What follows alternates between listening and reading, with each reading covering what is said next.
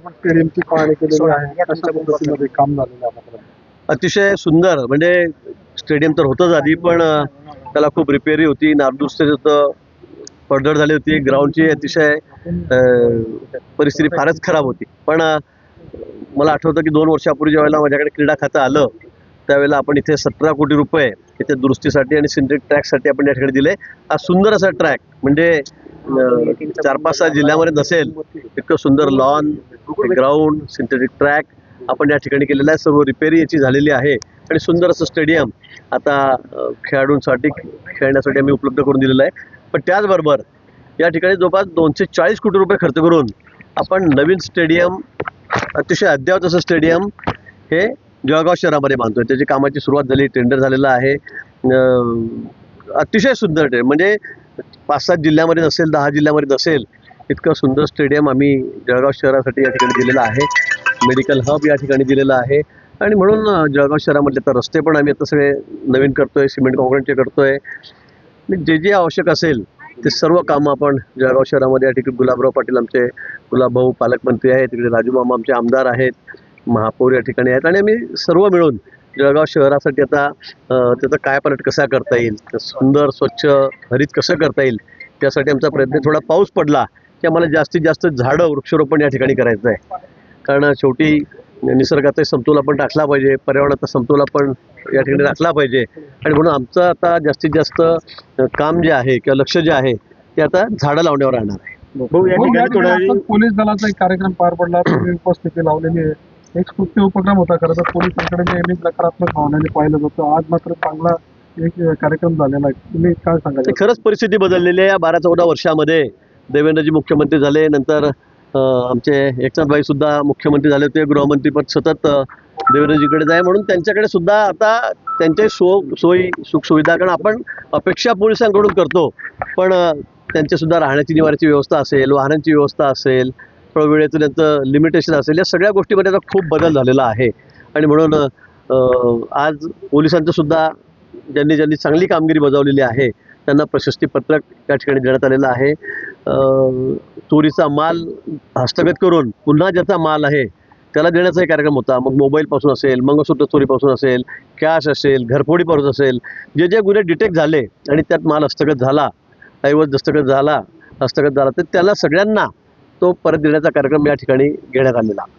मग थोड्या वेळापूर्वी या ठिकाणी विद्यार्थ्यांनी आंदोलन देखील केलं की त्यांना मैदान तात्काळ उपलब्ध व्हावं म्हणून.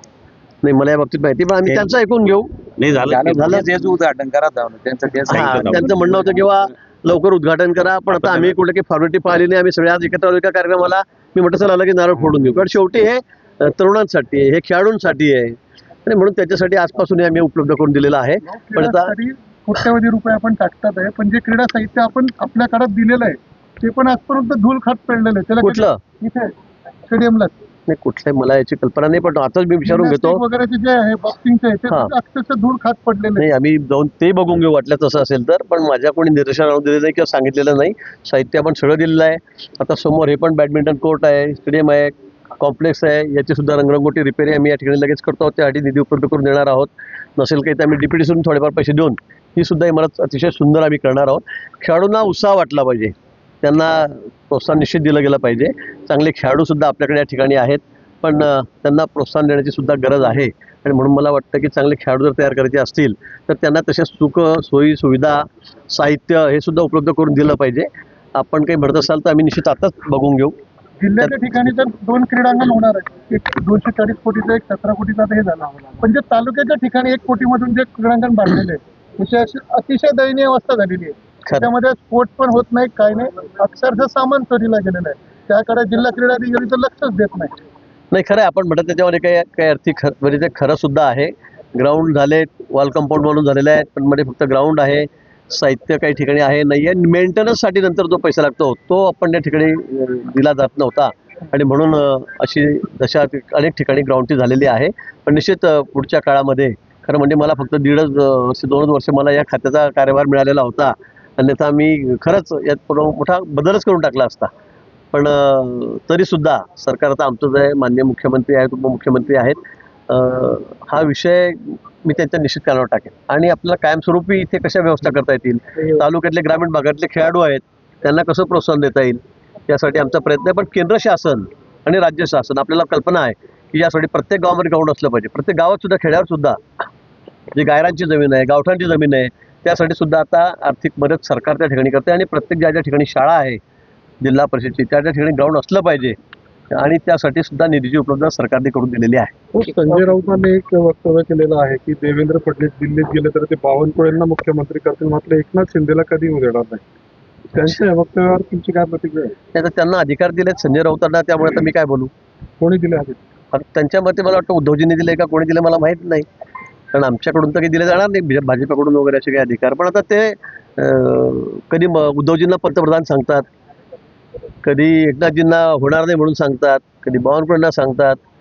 त्यांच्या मनात त्यांचं कोणी मालक नाही आहे. ते आज काही बोलतील, उद्या काही बोलतील, परवा काही बोलतील. पण आता त्यांना काही विशेष अधिकार आहेत मला वाटतं. मग थेट पंतप्रधानापासून, राष्ट्रपतीपासून, सर्वोच्च न्यायालयाच्या न्यायाधीशांपासून, इलेक्शन कमिशनपासून सगळ्यांना शिव्या देणं, वाटेल तसं बोलणं, हा त्यांचा आता धर्मच आहे त्यांचा झालेला. खडसेंच्या भाजप प्रवेशाची पुन्हा एकदा चर्चा होते.